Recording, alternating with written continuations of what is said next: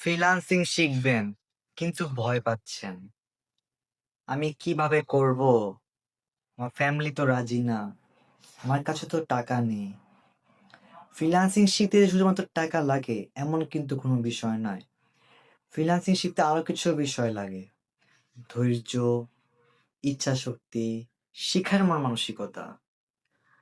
আপনার জায়গা থেকে যদি আপনার ফ্রিল্যান্সিং শিখার আসলেই ইচ্ছা থাকে, তাহলে তো আপনার জায়গা থেকে আপনি সহজেই ফ্রিল্যান্সিং যাত্রা শুরু করতে পারবেন।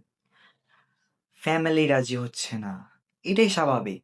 কারণ ফ্যামিলি তো জানে না যে ফ্রিল্যান্সিং শিখেও একটা সুনিশ্চিত ক্যারিয়ার গড়া যায়। আপনি যদি ধৈর্য সহকারে তাদেরকে বোঝান, সেক্ষেত্রে অবশ্যই ভালো কিছু করা সম্ভব।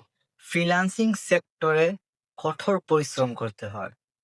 কঠোর পরিশ্রম করলেই আপনার সফলতা দরজার সামনে আসবে, নয়তো আসবে না। তাই এখনই কঠোর পরিশ্রম শুরু করুন, ফ্রিল্যান্সিং যাত্রা শুরু করুন কোনো ভয় ছাড়া এবং নিজেকে সফলতার উচ্চ মঞ্চে নিয়ে যান।